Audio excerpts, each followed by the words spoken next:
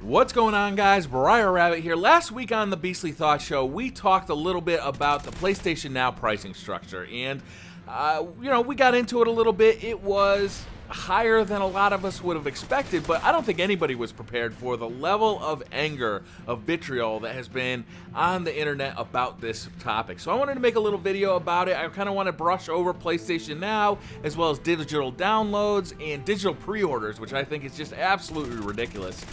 So I want to start off with PlayStation Now. If you're not familiar with what PlayStation Now is, it's basically a service that allows a game to be played on a server remotely, so you can play any kind of game on any kind of device you have. Say you buy a Sony Bravia TV, you can actually play a PlayStation 3 game, or a PlayStation 2, or PlayStation 1, even a PS Vita game right on your Bravia TV without having to have that PlayStation there. The game itself is actually getting streamed to your TV, similar to how a Netflix movie would get streamed to whatever device you're watching it on. And this is really interesting, and it brought up a lot of comparisons to Netflix. And I think a lot of gamers got really excited that we'd see some kind of a Netflix type structure for gaming, where you pay a subscription, a monthly fee, and then you have access to the whole catalog of PlayStation 3, PlayStation 2, PlayStation 1, PS Vita, all those games, all for a low price of $20 or $30 a month. But what actually is happening, what Sony has decided to do, is actually charge per game and for the amount of time you wish to play it for. So if you want to play a game for 4 or 5 hours, that can cost you anywhere from $3 to $5 for just that short amount of time. And if you want to stream it and play it for, let's say, 90 days, it can cost anywhere from $15 to $30. And a lot of people are upset about this, not only because their expectation was kind of this all-you-could-eat smorgasbord of gaming on PlayStation Now for a low price, which is disappointing to see that's not how it's going to work, but also because of the ridiculously high prices for some of those games. Some of the games you can buy the retail copy of on Amazon or at GameStop for cheaper than it would cost you to rent it on PlayStation Now, and that's very upsetting. And I think that PlayStation, while this is still in beta, I think they are pretty much going to get their pricing in order here. I think they're testing out their pricing. Hopefully they'll get the feedback from the community and say, whoa, we need to step off of this pricing. It's way too high. We're getting an awful lot of hate. PlayStation has got a really good brand name right now. They have really good, they have the hearts and minds of consumers, right? They're very pleased. Consumers are very pleased with the PlayStation brand right now. And for Sony to turn around and do something like the pricing on PlayStation Now, that's going to piss a lot of people off.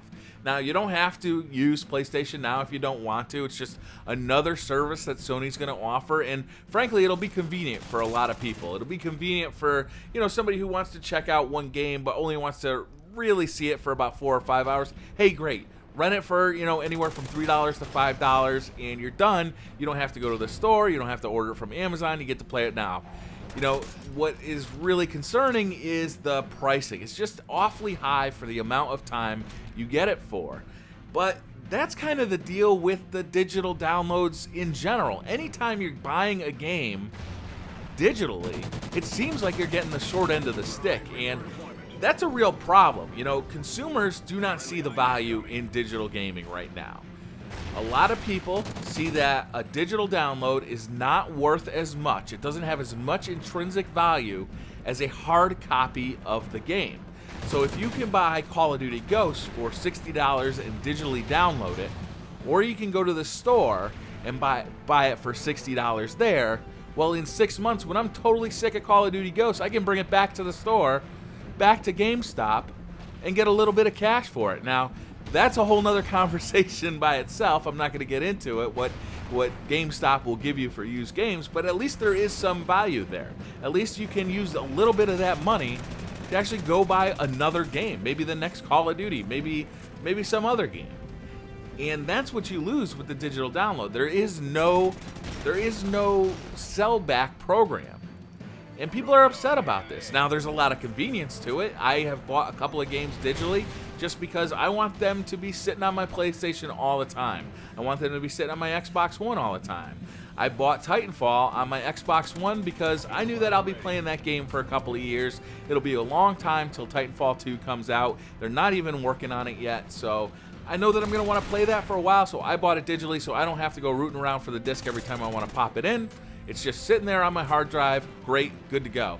I was never planning on returning it. But what about a game like Wolfenstein, where it's only got a single-player campaign? Should I buy that digitally for $60 and never be able to sell it back? Or should I buy it at GameStop for $60 and in a couple of weeks, once I've exhausted all the single-player options and, you know, I'm just totally done with the game, I can bring it back to GameStop, get $20 or $30 and put it toward my next game. I see the value of buying the hard copy there, and I really don't see the value of buying the digital copy anywhere. You know, just it is purely a convenience thing. Now, Sony's saving a lot of money because they don't have to ship the game to retailers or to some middleman who then ships it to retailers. They don't have to deal with GameStop promotions or Walmart. You know, they don't have to deal with Target or any of these companies. They are selling directly to the consumer, so they're making more money, which is great for Sony. But why is it great for me? Why is it great for me as a consumer? Then there's the whole digital pre-order kerfuffle that actually, when I first heard about this, it was on the Beastly Thought Show, and I was shocked. I didn't understand why anybody would do this. I couldn't see the value at all. So the deal here is Sony is offering digital pre-orders on the PlayStation 4. So up front, you give Sony the full price of a game, and when it comes out, you can download it. Now, they will offer early downloads, so the game will be playable as soon as it's released, which is a nice feature, I guess. But I'm not giving Sony $60 for a game that I'm not even sure is going to come out, or if it is definitely coming out, when is it coming out? They're already offering Uncharted 4 for pre-order. And, like, what? Why would I just give them $60 to hold on to for a year, maybe 2 years? It doesn't make any sense. It's not a good use of my money, that's for sure. I can use that $60 for plenty of games in between now and then. So why would I give Sony my money now? And what if the game never comes out? Am I out that money? They just had a issue where Sony actually reduced the price of a game and they had to rebate users. I don't understand what Sony is thinking right now. And I know I'm picking on Sony a lot in this video, and it's all the companies that really have to address this, but you know, digital downloads, digital streaming, all of this stuff needs to be cheaper. It needs to show a intrinsic value to consumers. Otherwise, it's going to flop and you're going to be stuck with the same system we have now, which is going to Walmart, going to Target, going to GameStop, and getting ripped off there. Thanks for watching, guys. I really appreciate it. I'll see you guys next time. Bye. Follow me on Twitter